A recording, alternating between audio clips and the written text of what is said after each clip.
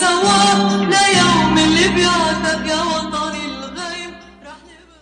يواجه العرب الأمريكيين واللاجئين العديد من القرارات التعسفية من قبل الإدارة الجديدة، بالإضافة للتحديات مثل التمييز في سوق العمل، الصورة النمطية السلبية عن العرب والمسلمين، ومشكلات التأقلم مع المجتمع الأمريكي، والخوف من فقدان الهوية الثقافية. وهل ما تزال أمريكا أرض أحلام المهاجر العربي؟ الاقتراع حق كفله الدستور لكل مواطن وواجب وطني من أجل أن تقترع لتغير وتبدل من أجل مستقبل الأجيال القادمة. بادر بالتسجيل للتصويت لغاية 8 أكتوبر وقبل فوات الأوان.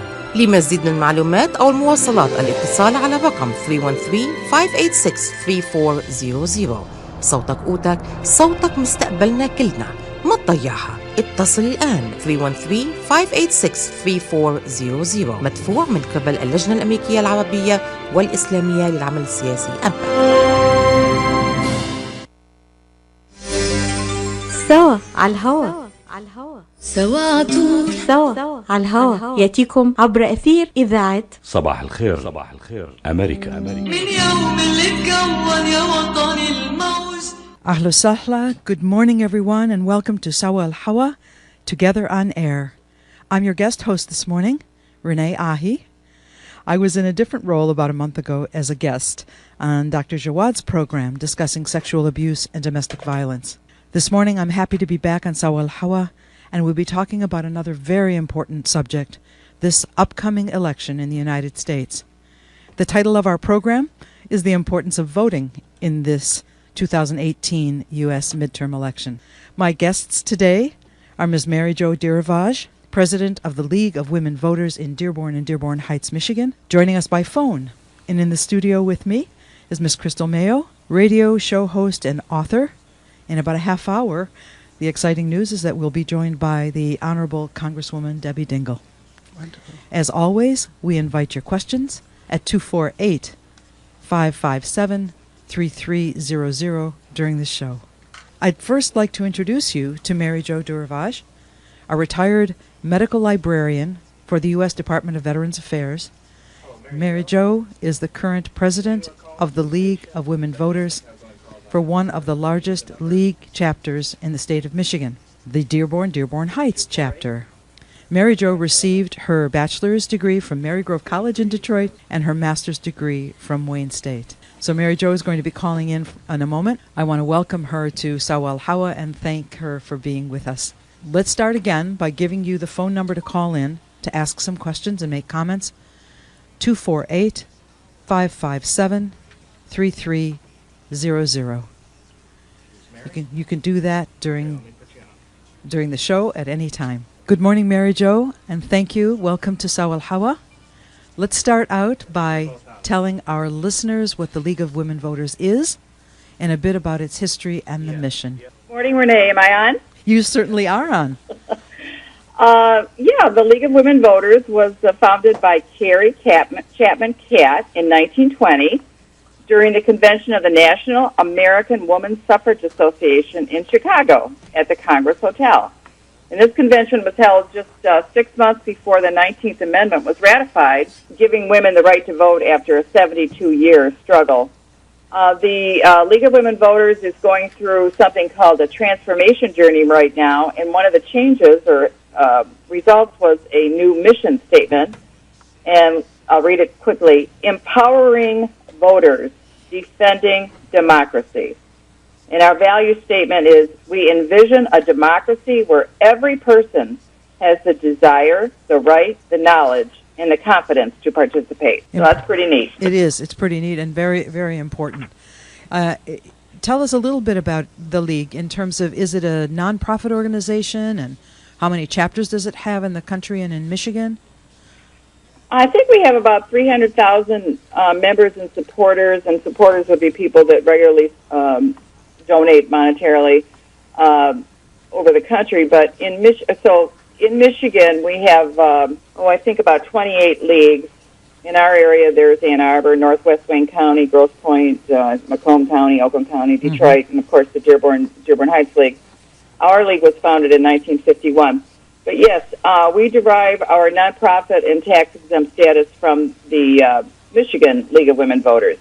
And so the league at the state level is incorporated as a nonprofit, as a 501c4. And then 3 leagues in the state, including ours, has an education fund, and we're incorporated as a 501c3. So when people donate to the education fund, then they're allowed to take that off their taxes. And so you do function by donations, is that correct? Well, actually, we do have dues, but most of that goes back to the National League and the State League to help with their expenses. Okay. And so, yes, we're very dependent on doing fundraising, and usually in November sometime we'll send a fundraising letter out to people who have given us money in the past, and then to new people that we've identified. And then usually in February we go back to our own members and say, can you help? So we're very grateful to our people in the community that do give us money. And for one of our publications called Who's Who, Your Elected Officials, which is very popular, we go to some civic organizations and a local bank to help us out with that. That's really great. So the league functions all year round, right? Or in non-election years, is that correct? Yes, we do. And so after the election, people who've been real active in the league with the election campaigns and the voter education aspect, they'll have a little breather, and we'll probably have a little holiday celebration. But come January, we'll begin working on that little booklet I was telling you about.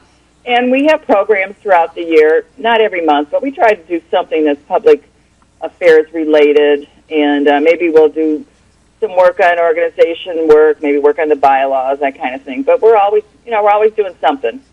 Well, how does the work that you do affect voters? This is the important question that I think many of us have. And what services do you provide? You are nonpartisan, and we'll talk a little bit more about what that means. But tell us about the services that you provide. Well, during the year, always we're telling people the importance of being involved in society and participating in your community. So that's a mantra we're always saying. And so the ultimate way of participating in society is by voting. So we'd always want to make sure people are registered to vote. When there's no election nearby, then we're not talking too much about, how to get out and vote and so forth. But during election time, we want to make sure, like we said, people are registered. But then we work on voter guides, and people right now probably, hopefully, have seen them in the libraries and coffee shops and so forth.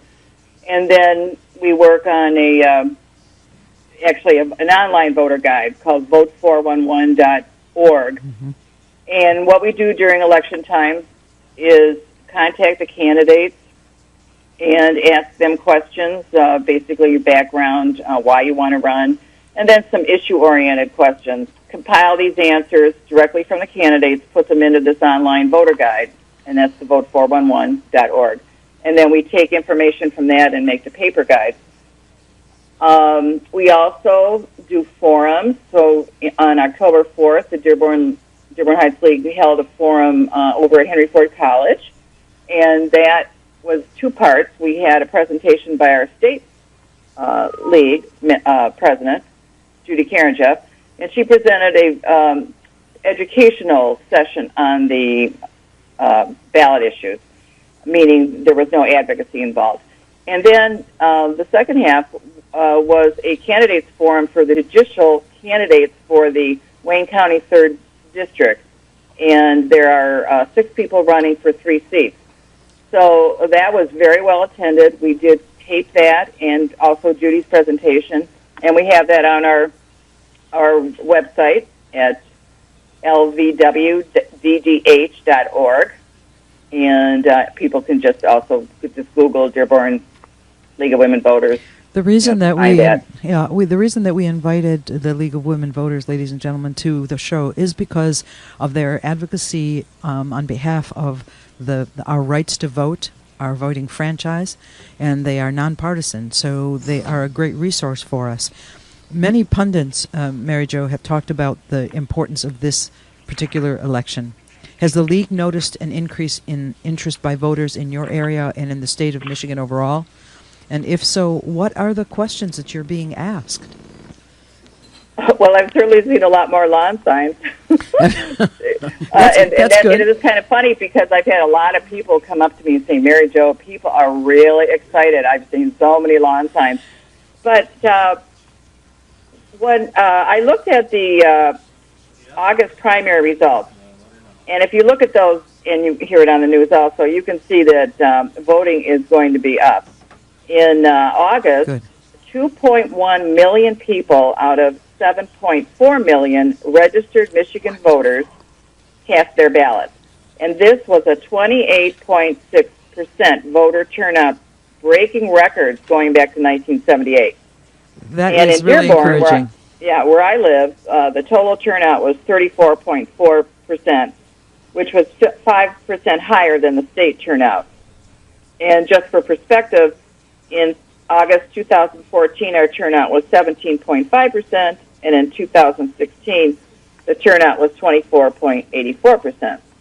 And, you know, I think people are just really excited about this election. I mean, I always vote, and most of my friends usually vote, so it's not a big thing or a new thing for me, but it is very exciting to see people getting so engaged. And they were talking just on the radio before I called in about I hope that the city clerks have enough ballots, because during the primary there were a couple that ran out of ballots.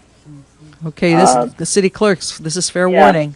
Yeah, actually what they said was because it was a primary, you can only vote in one party. You have to designate your party, and so if you kind of goof that up, then you have to get a new ballot. And they were saying that's why they ran out of ballots in some of the districts. One of the things we're going to talk about a little bit later with Crystal Mayo and with Mary Jo Durivage are the barriers to voting, and so we're going to get on that in a moment. But before we introduce our Crystal Mayo, we're going to talk to Jerry, who's called in. Good morning, Jerry. It's good to hear from you. Thank you, Ms. Renée Ahee. Good morning, Good and morning. thank you for taking my call, and good morning to your guest, Ms. Mary Jo. And I believe we appreciate her service to the community, especially women.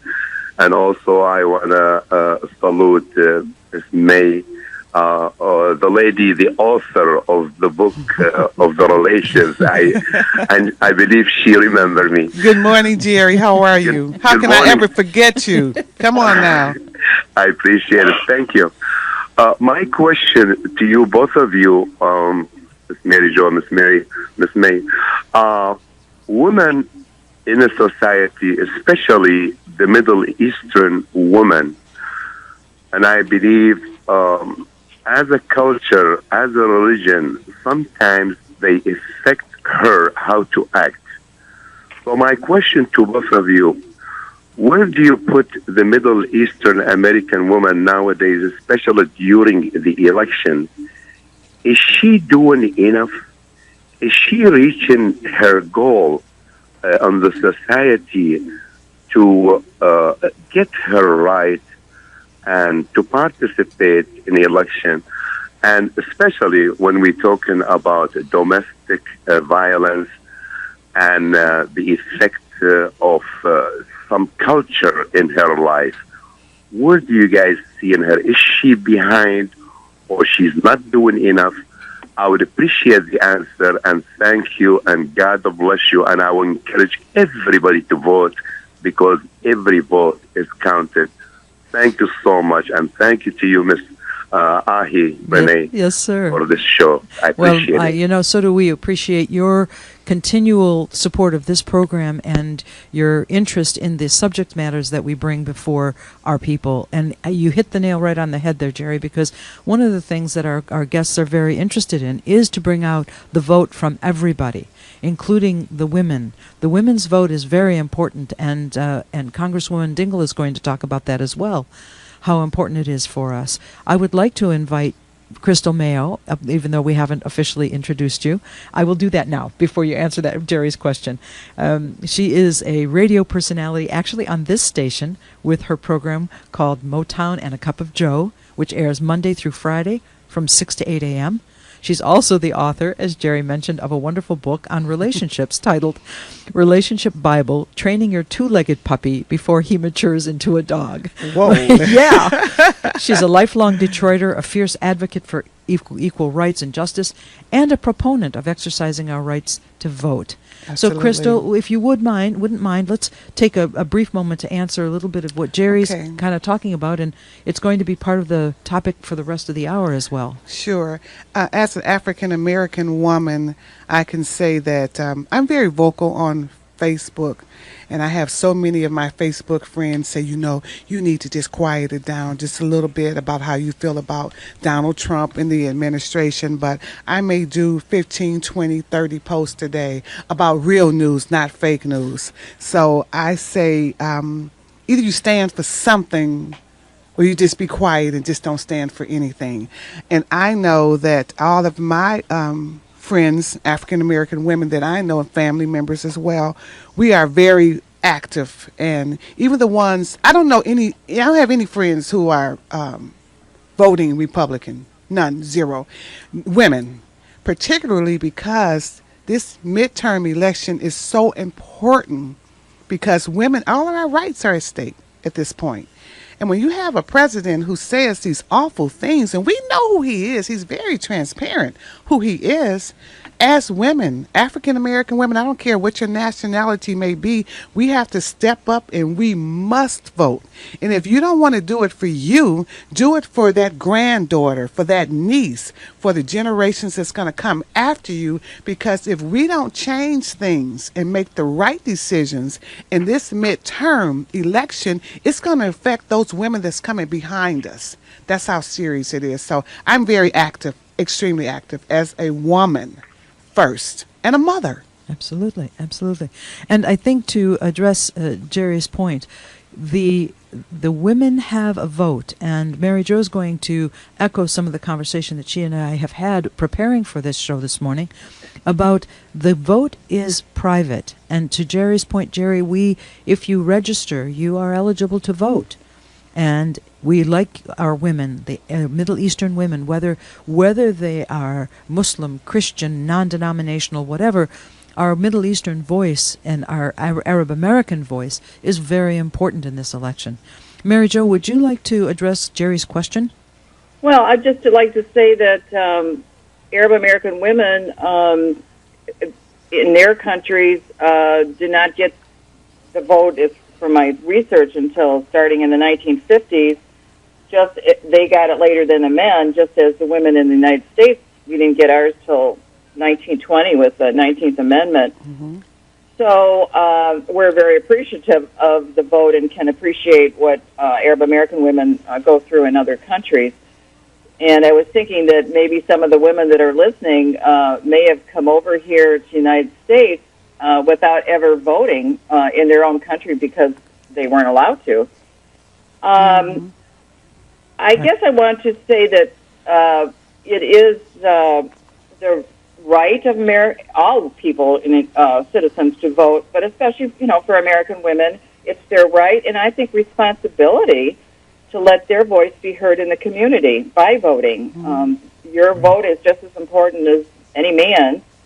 And I would encourage women who are perhaps hesitant about voting to connect with other women who may be more experienced in voting. Sit down with somebody that you trust, discuss the candidates and issues that will be on the ballot. You can look at our voter guides. Okay, can I ask you a question? Yeah. In the Arab American community, how strong is the influence of the male over the woman as to who they should vote for? Well, I would not have firsthand experience. I did, when I was looking online, I did read about a institute that was held here a while ago, and they were saying that sometimes Muslim women are at a disadvantage because what the author was saying was that during prayer services, it seems like the men would get together and talk about politics, and the women would be doing something else. but I think women, Arab American women, are getting more involved in different organizations. We've seen that, yes. And business, and hopefully that will help prod them into realizing that another part of society is voting and public participation. Mm-hmm. Everybody, excuse me 1 second. We're going to break away for a commercial message. Thank you. يواجه العرب الأمريكيين واللاجئين العديد من القرارات التعسفية من قبل الإدارة الجديدة، بالإضافة للتحديات مثل التمييز في سوق العمل، الصورة النمطية السلبية عن العرب والمسلمين، ومشكلات التأقلم مع المجتمع الأمريكي، والخوف من فقدان الهوية الثقافية. وهل ما تزال أمريكا أرض أحلام المهاجر العربي؟ الاقتراع حق كفله الدستور لكل مواطن وواجب وطني من أجل أن تقترع لتغير وتبدل من أجل مستقبل الأجيال القادمة. بادر بالتسجيل للتصويت لغاية 8 أكتوبر وقبل فوات الأوان. لمزيد من المعلومات أو المواصلات الاتصال على رقم 313-586-3400.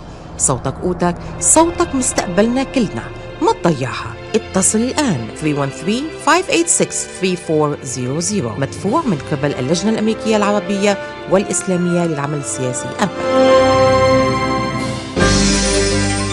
سوا على الهوا، سوا عطول، سوا على الهوا، يأتيكم عبر أثير إذاعة صباح الخير أمريكا. من يوم اللي اتكون يا وطني الموج كنا سوا. Welcome back, everybody, to Sawa al-Hawa. This is your guest host, Renée Ahee. We're joined by Mary Jo Durivage, the president of the League of Women Voters, Dearborn-Dearborn Heights, Michigan, and Crystal Mayo, radio personality and author. And Renee, it's Mary Jo. I just wanted to basically go back and talk about feeling comfortable about voting, and just as I was going to suggest that people look at our voter guides.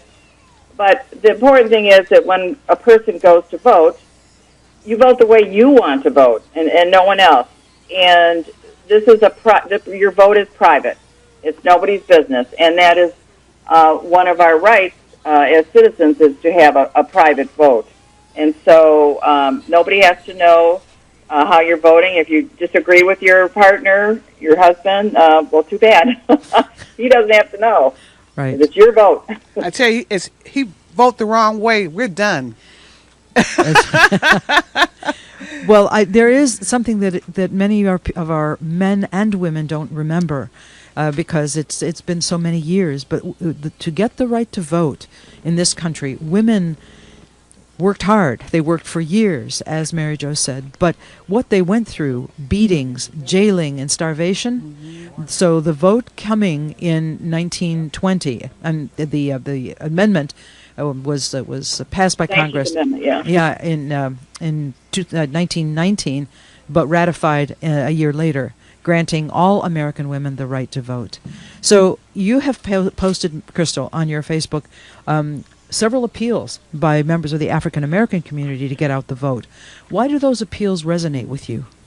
Well, let me say this. The first thing that I did when I turned 18, the first thing is what I went and registered to vote. And it's because my mother would take us to the polls with her. It's 4 of us. And my son is 25, and he has been going to the polls with me since he could walk. I had him in my hand, and next Tuesday he'll be going to the polls with me because of the importance of the African American, our history of being hosed down and beaten down and not being able to vote or getting there to vote and getting these ridiculous tests that you have to take to see if you can qualify to vote. So that vote is very, very important. But what we need to understand is, and I say this all the time and people laugh, but it's real serious. If we can line up to see Aretha Franklin in a casket, deceased, for blocks and blocks and blocks, we have to take that same energy and line up to vote. I don't care if it is a snowstorm, if it's hailing, if it's raining, you get out there and you exercise your right to vote because every single vote counts. Now, what really gets to me is that people are complaining now because they did not vote 2 years ago. They decided not to. The lines were too long. It's going to be okay. I don't need to vote. They didn't take it serious. Well, you have no right to complain now. I can complain. I can post 50, 30, how many ever posts I want to do. I did about 10 of them this morning about this administration, the right to vote. I can do it. I have the right to do it because I exercise my right to vote. So either you're part of the problem or you're part of the solution. That's just the way that goes. So voting is very important. And I want to share this real quick. I have this hat on now. It's red, and it has an American flag on it because I am an American. My people earn the right to say that we are American. And I was at the Dairy Queen one day, just a couple of months ago when it was warm, and there was a mother there with her young child. He must have been about 7 or 8, and they were staring at me. And I kept saying, why are they staring at me? Do I know them? And I saw the mother. She finally came over to me, and she said, my son said, Ma, why is she one of those people? She said, the hat. And I had to tell him, that's just a hat that says USA. That does not make American great again. So it has affected children understand. So if they can understand, we need to understand we must vote, and we must vote in numbers, particularly women. Well, I would like to break away for a moment because we have a caller. Mr. Adel Mozip is on the phone, and we want to welcome you. Adel, good morning. Good morning, Renee, and good morning to Crystal and Mary Jo. Good morning, Adel. Okay. Well, I'd like to thank you for this amazing show. Talking about voting is music to my ears. So, as a voting activist yourself, thank you. Right, and as a league member, a proud member, I appreciate what the league does for our community and informing voters about candidates, ballot proposals, and their voting rights as well. I'm not sure if you will be speaking on Proposal 3, but I'd like to hear if you can explain it to the listeners, because a lot of people, they pay attention to the talk ticket, and some people tend not to flip the ballot and see what's on the back of the ballot. So they leave it blank, and I'm a huge believer that when a lot of people participate, the better the democracy process is. So I hope you can talk on Proposal 3 and also on Proposal 2 as well, if that's possible.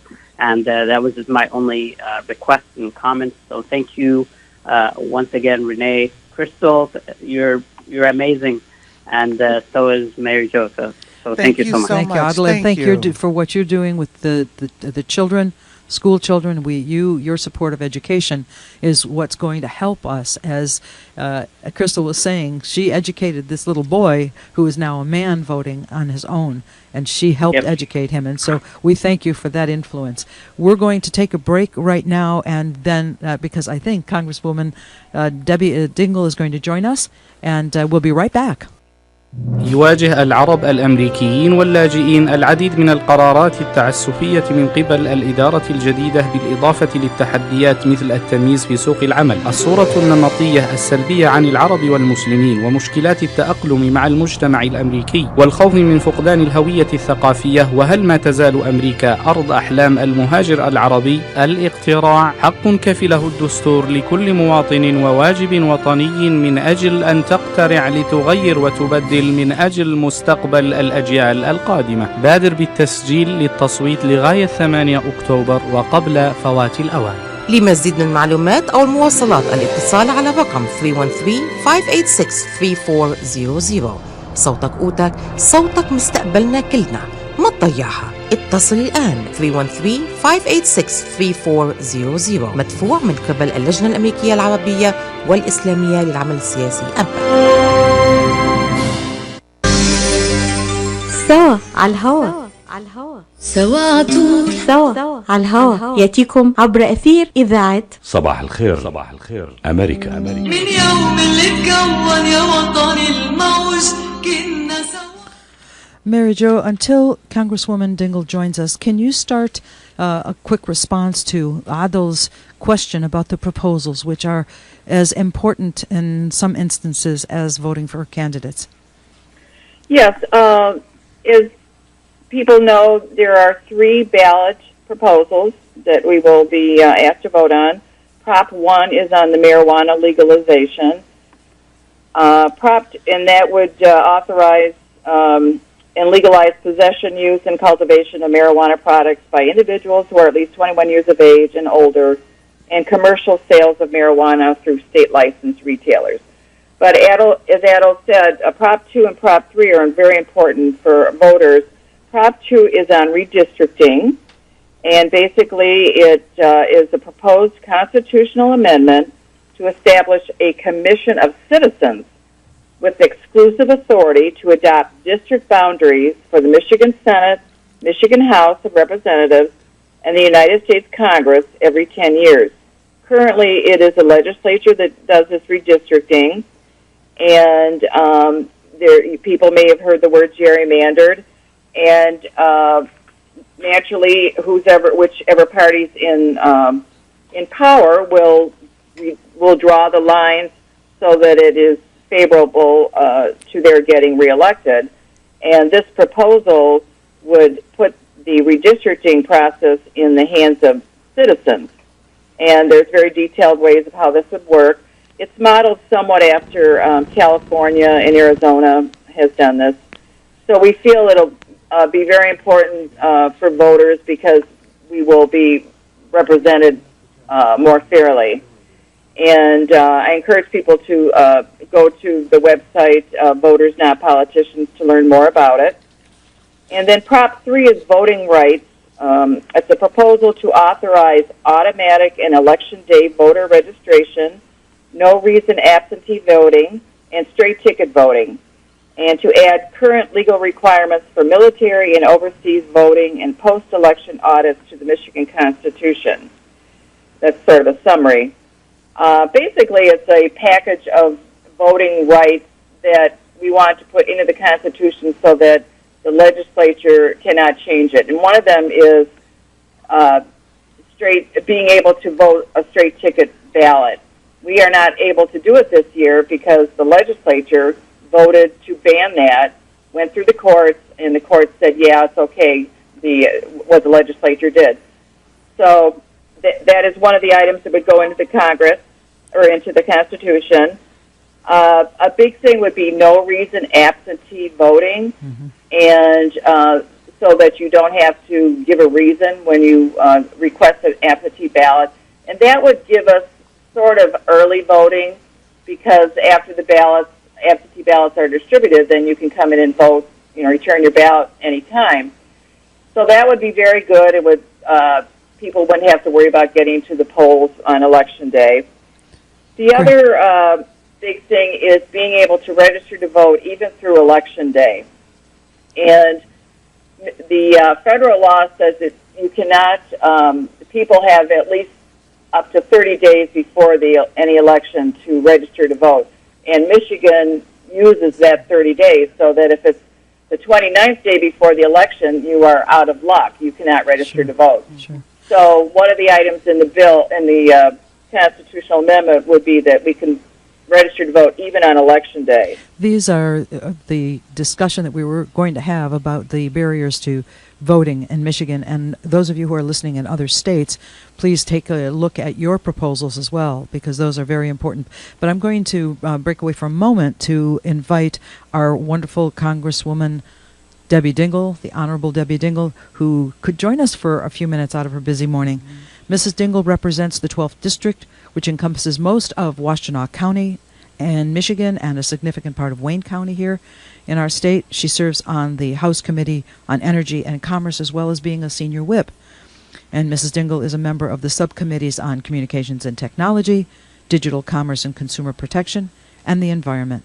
She was elected to the House in 2015, and she's an active civic and community leader. The Arab American community in our state and around the country know her as being a great supporter of our community, and she is recognized nationally also for her advocacy on behalf of women and children. Congresswoman Dingell, good morning. We're honored to have you on Sawa al-Hawa, which means, by the way, that we're together on air here in the United States and in the Middle East. Welcome. Good morning. It's good to be with you, and it's good to be with all the listeners this morning. We've been so excited. You're very busy, and we know that things are happening in your office because you and your staff have your fingers on the pulse of the electorate. What have you been hearing from your constituents about this election cycle in terms of their commitment to voting or their enthusiasm for voting? I think that it depends where you go, and I'm very worried about this election. Clearly, there is increased awareness, increased importance of what this election means, particularly because of the direction this country has been going, the fear and hatred that we are witnessing. But I think too often, sometimes people don't realize that they do matter, that their vote does matter, that they do make a difference. So while I hear a lot of people say that they're really concerned about the direction our country is going, I pray that that is going to translate into votes next Tuesday. And democracy thrives when people are engaged, and never has it been more important that people engage in the direction their country is going. With the concerns that you've been hearing, do they surround certain issues that your constituents are telling you that they've either want to support or are against particularly? I would probably put it into different categories. Okay. Certainly one issue that I hear every place I go, and Renee, you know that married to John Dingell, one of the greatest people in the world, and going to the doctor with him is like going to a town hall meeting. Everybody's worried about health care. The stories that I hear of people that are concerned about what would happen to them if they couldn't get insurance with pre-existing conditions.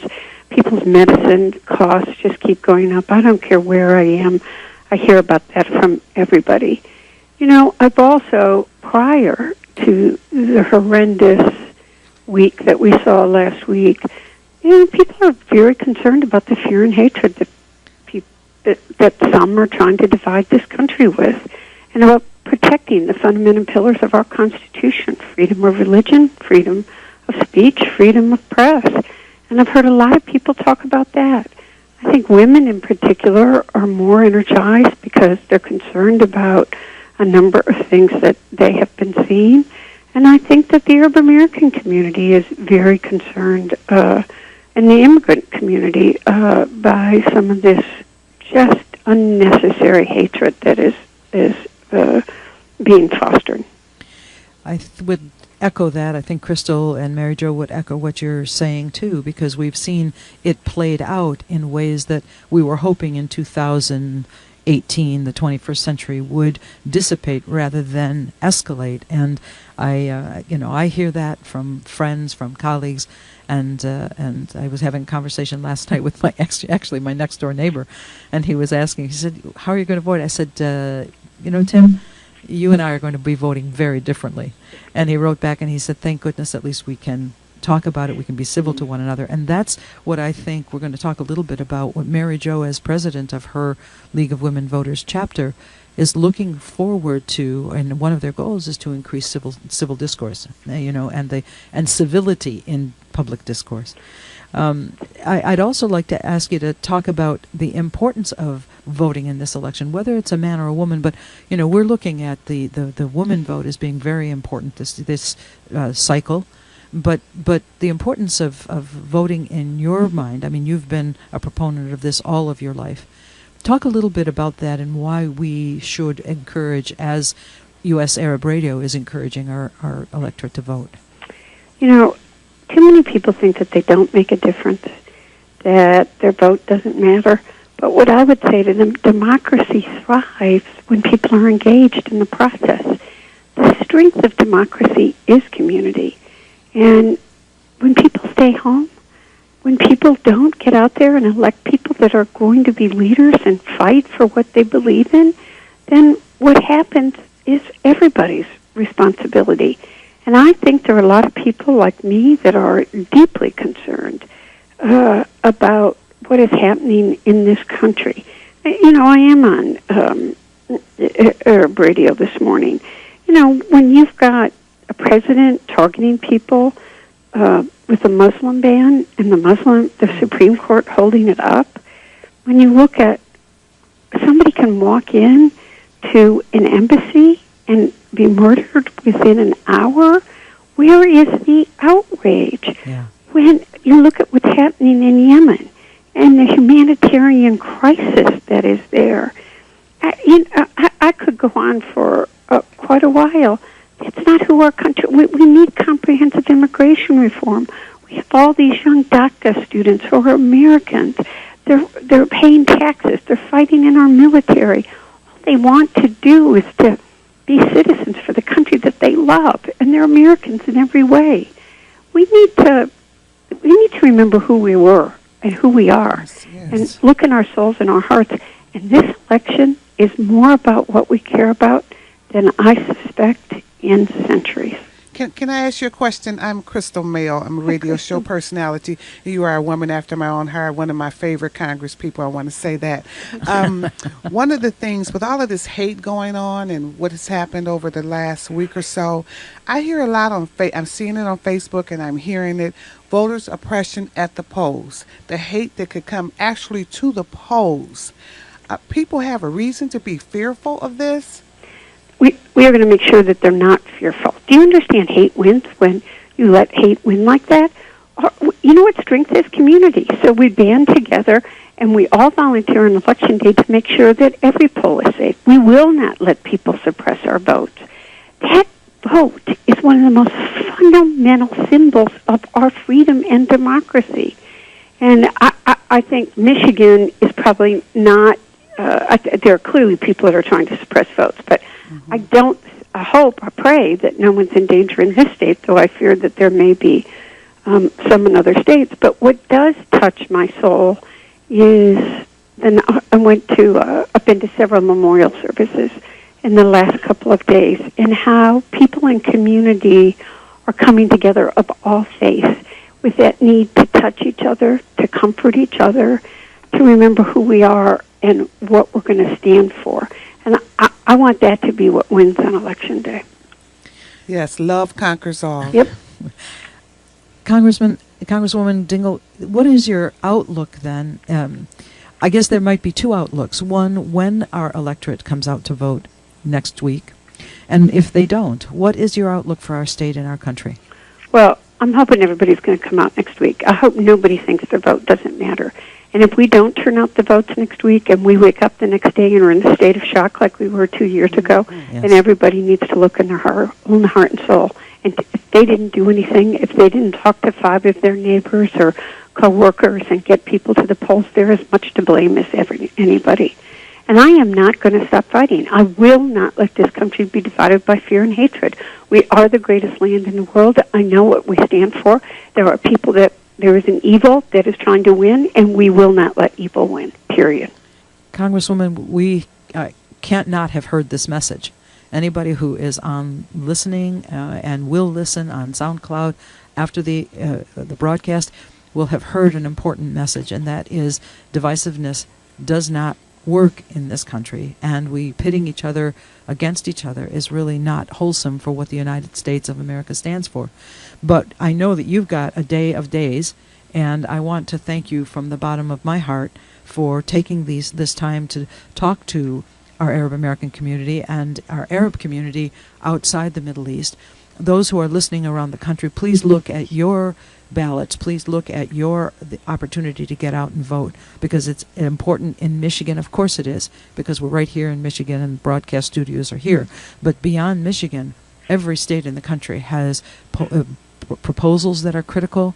They have, and the local elections, as we're going to talk about, and Congresswoman Dingell can attest to that. Even those local elections are critical, because that's where the rubber meets the road. And so we want to thank you for your great love of the country. Thank you for all you've done. Thank you for being a supporter of the Arab American community as you have. Can I ask her one last question before she leaves? Oh, of course. One quick question. Could you share with our listeners the importance of us taking either the House or the Senate? Why that is so important? We need to take the House back so that there is one. Our forefathers created a system of check and balances. And there's no system, there's no check right now on what is happening at the White House. And when we take the House back, which I pray that we're going to do next week, we will have oversight of many of these horrific actions that have been taking place. So having balance really matters today. Yes. We encourage everybody to get out and vote. And Congresswoman Dingell, thank you ever so much for joining us, taking the time to join us. Thank you. Everybody remember to vote. Absolutely. Yes. And we're going to take a break, ladies and gentlemen. We'll be right back. يواجه العرب الأمريكيين واللاجئين العديد من القرارات التعسفية من قبل الإدارة الجديدة بالإضافة للتحديات مثل التمييز في سوق العمل، الصورة النمطية السلبية عن العرب والمسلمين، ومشكلات التأقلم مع المجتمع الأمريكي، والخوف من فقدان الهوية الثقافية. وهل ما تزال أمريكا أرض أحلام المهاجر العربي؟ الاقتراع حق كفله الدستور لكل مواطن وواجب وطني من أجل أن تقترع لتغير وتبدل من أجل مستقبل الأجيال القادمة. بادر بالتسجيل للتصويت لغاية 8 أكتوبر وقبل فوات الأوان. لمزيد من المعلومات أو المواصلات الاتصال على رقم 313-586-3400. صوتك قوتك، صوتك مستقبلنا كلنا، ما تضيعها. اتصل الآن 313-586-3400. مدفوع من قبل اللجنة الأمريكية العربية والإسلامية للعمل السياسي أمريكا. سوا على الهوا. سوا عطول سوا على الهوا يأتيكم عبر أثير إذاعة صباح الخير. صباح الخير أمريكا. من يوم اللي اتكون يا وطن الموج كنا. Welcome back, everybody. This is Sawa al-Hawa. I'm your host, Renée Ahee, joined by Mary Jo Durivage and the wonderful Crystal Mayo. And we want to thank again our Congresswoman Debbie Dingell for joining us.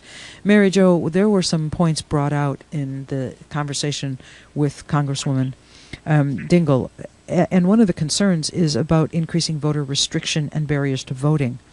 One of the ballot initiatives you talked about earlier is trying to address that. But on a practical note, for next week, do people have to show identification when they arrive at the polls? What are their rights when they get there? Yes, I want to make our listeners aware of a wonderful little pamphlet that the ACLU, American Civil Liberties Union of Michigan, put out. It's called Let Me Vote, Know Your Voting Rights. And people may have seen them around the community, but a person can go just Google ACLU Michigan Let Me Vote, and you'll get this this pamphlet of information. And so under identification, this is what it says. Michigan law permits you to vote by either showing a photo ID or signing an affidavit form stating that you do not have a photo ID with you. And the accepted forms of photo ID under Michigan law include a Michigan driver's license, a driver's license from another state, a passport, a federal or military ID with a photo, a student ID with a photo, or a tribal ID with a photo. So you do not have to have a photo ID. If you don't have it with you, then you tell the poll worker. They will give you what's called an affidavit, and you just sign and say, you know, I am who I am, and you have the right to cast a regular ballot. If you are voting for the first time in Michigan, you may be required to show some form of identification by federal law. So you can show a photo ID or another accepted document, such as a current utility bill, bank statement, paycheck stub, government check, or any other government document that shows your name and address. If you cannot show any of these, then there's something called a provisional ballot. And that's different than the affidavit. The provisional ballot, you would have to, you can vote, but then you have to go down to the city clerk and by the end of the day on the 6th day after election and have some proof of ID with you. So validates your vote. Is that the point? Yeah, and so I would suggest that just bring your ID and when you have your driver's license or your state ID, the person at the table just zaps you right in, and it makes it easier for you, but it also makes it easier for other people because the quicker people can get through the line, the less time people will have to wait around. We don't want people leaving the polls because the lines are too long and, they have to get back to work or get back to the kids. So whatever we can do individually to make the lines shorter or make it more convenient for people to vote, we should do it. And one of those things that we can do is to do absentee voting if we meet the eligible requirements. If you think you might be out of town, then go get one. And I did look up last night, and it sounds like if a person requests a ballot, a absentee ballot by the end of the Saturday before the election, they can still get an absentee ballot. So then you would, I guess, you could do it apparently. If you get it to the city clerk by then through the mail, apparently they can send you one. I have a lot of faith in the postal service. I personally would go in and ask for it. You do have to apply for it, so it takes a minute to just fill out the application, but then they give it to you and you can vote right then. Okay, so the date for the registering to vote is passed, but there is not the date to... I'm sorry, to get your absentee ballot.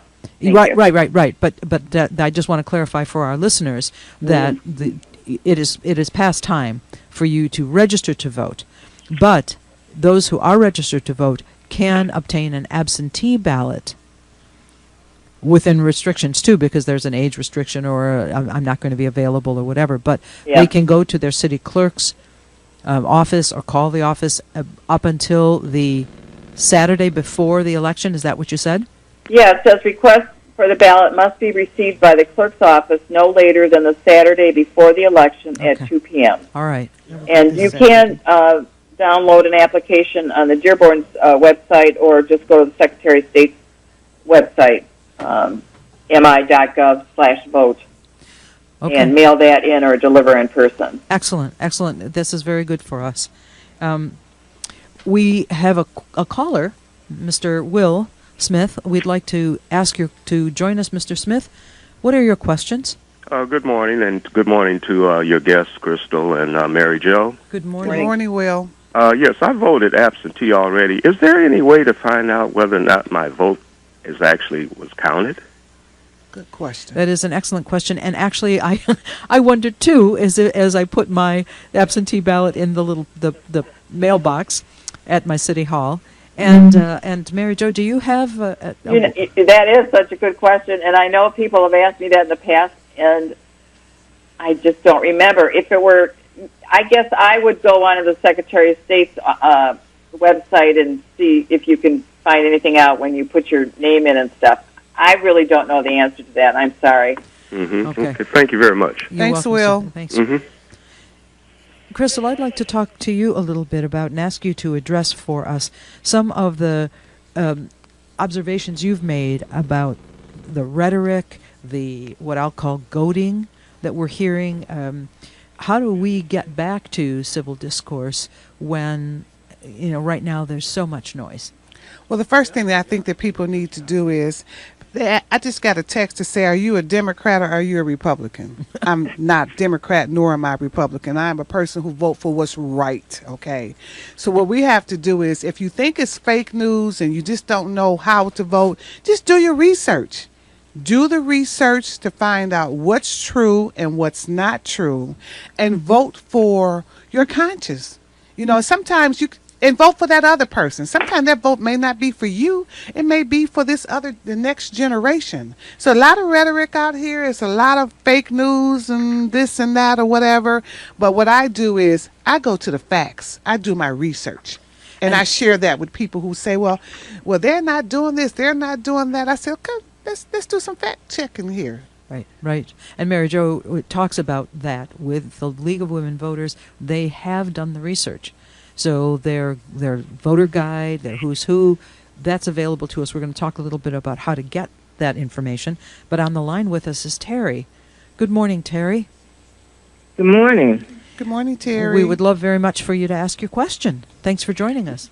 Well, actually, I don't have a question, but I'd like to say that everyone needs to pay very close attention to the ballots, because I feel they have deliberately created a situation where you can't vote a straight ticket if you choose to. And that can confuse a lot of people, because the greatest number of voters are very mature people, and they need to take their time and look over those ballots, and which is going to make it take longer. But like I said, I think it's by design. Also, we need to pay attention to all these ads. Even though I'm tired of seeing them, I know everybody's agenda by heart. However, pay attention, write it down, write the names down, take your list with you to the polls. Because, I like I said, I think they intend to confuse people, and it's especially important that everybody take their souls to the polls. Yes, that's true. Take your souls to the polls. That's very true. Thank you so much, Teresa, for calling in. We appreciate you. Apparently, Miss Crystal knows her. Yeah, these are my listeners. I'm so proud of my listeners. I'm going to say this real quick. We went off the air with 22,412 listeners, and I asked all of my listeners to please do not go anywhere to listen to the show. And I'm so happy to say that we are now, we held it down to 19,523 listeners. Thank you guys. I love you. Absolutely. Thank you for joining us. And we're going to ask you one more thing. Not only stick with us for the next couple of minutes here on the program, but go out into your community, because we need to talk. We need to talk with one another. We need to be the ones to engage civil discourse, and ask people to, can I pick you up? Yes. And if you can work at the polls to help people, or work to canvass for your candidate or your issue, please do that, because that is also activism in this election. And what I want also to finish with, as we wind down our hour, which has gone so fast, thank you so much, is the importance of our voice. Our voice is heard through our vote. We will take our country back if we vote. If we are complacent, we sit on our hands, the democracy won't function well. And we will have either the big business, or we will have big government do for us what we as citizens have the opportunity, the right, and the responsibility to do. We're getting close to the end of the hour, and thank you all, Crystal and Mary Jo, for joining us, and Congresswoman Dingell. Thank you for having me. Do you have, Mary Jo, a website or some way that everybody can write down and go to get information, nonpartisan, balanced information from the League of Women Voters? Sure, that would be the vote411.org that I've been talking about. That is actually a national website, and so people in other states should have access to that also, get the same kinds of information. I do have a few parting tips that were in the little book from the ACLU. Check your voter registration status. You can do that by going to the Secretary of State's website, or you can go to vote411.org, and there will be a link to that. Okay, we only have about 20 seconds, Mary Jo. Okay, just get out there and vote. Make a plan to vote. Crystal, Find out thank where you for you're supposed joining to vote, us. how you're going to get there. Mary Jo, Vote. thank you for joining us. Vote, everybody. That's right. Thank you, and thank you very much. Have a marvelous day. Sawa al-Hawa.